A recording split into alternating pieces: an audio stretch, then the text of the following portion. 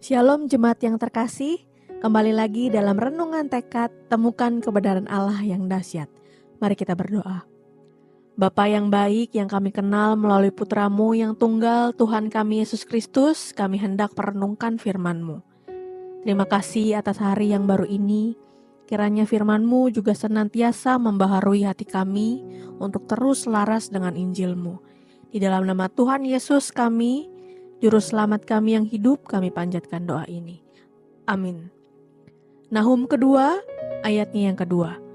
Sungguh Tuhan memulihkan kebanggaan Yakub seperti kebanggaan Israel, sebab perusak telah merusakkannya dan telah membinasakan carang-carangnya. Saudara-saudara, Nahum 2 menggambarkan kehancuran Niniwe, kota yang sombong dan kejam. Gambaran pasukan yang menyerbu, gerbang yang dibuka, dan kekacauan yang terjadi dalam ayat yang ketiga hingga ayat yang ke-6 menunjukkan bagaimana Allah bertindak sebagai hakim yang adil.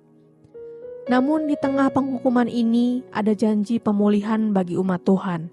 Israel akan dibangun kembali meski musuh berusaha menghancurkannya. Pasal ini mengingatkan kita bahwa tidak ada kekuatan jahat yang bisa bertahan melawan kedaulatan Allah. Ketika dunia seolah dikuasai oleh kejahatan dan ketidakadilan, Tuhan tetap memegang kendali. Dia tidak hanya menghakimi yang jahat, tetapi juga membela dan memulihkan umat-Nya.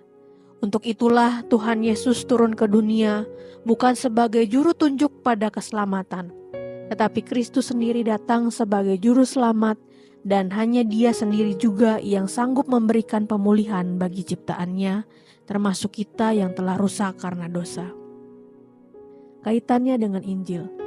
Penggenapan tertinggi dari kebenaran ini kita temukan dalam Kristus. Melalui kematian dan kebangkitannya, Yesus meruntuhkan kuasa dosa dan iblis, musuh terbesar kita. Dalam Kolose 2 ayat yang ke-15. Bagi kita yang percaya, Dia adalah pemulih sejati yang mengembalikan kita kepada kemuliaan sebagai anak-anak Allah. Tetapi syukurlah kepada Allah yang dalam Kristus selalu membawa kami di jalan kemenangannya. Dalam 2 Korintus 2 ayat yang ke-14.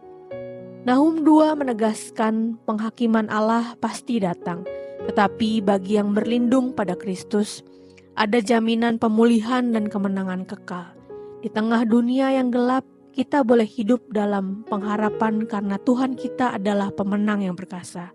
Tidak ada kerusakan di hidup kita yang tidak dapat dipulihkannya. Mari kita bersatu di dalam doa.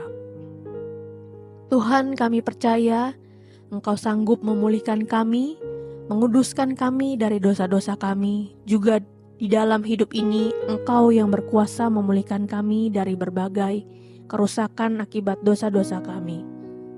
Tuhan, kami rindu mengalami jamahan tangan-Mu dan terus bentuk ubahkan kami ya Tuhan. Pulihkan agar kami bisa semakin mengenal dan menikmati Engkau. Terima kasih Tuhan Yesus Kristus. Di dalam nama-Mu kami berdoa dan mengucap syukur. Amin. Selamat melakukan kebenaran firman Tuhan yang dahsyat. Tuhan Yesus memberkati.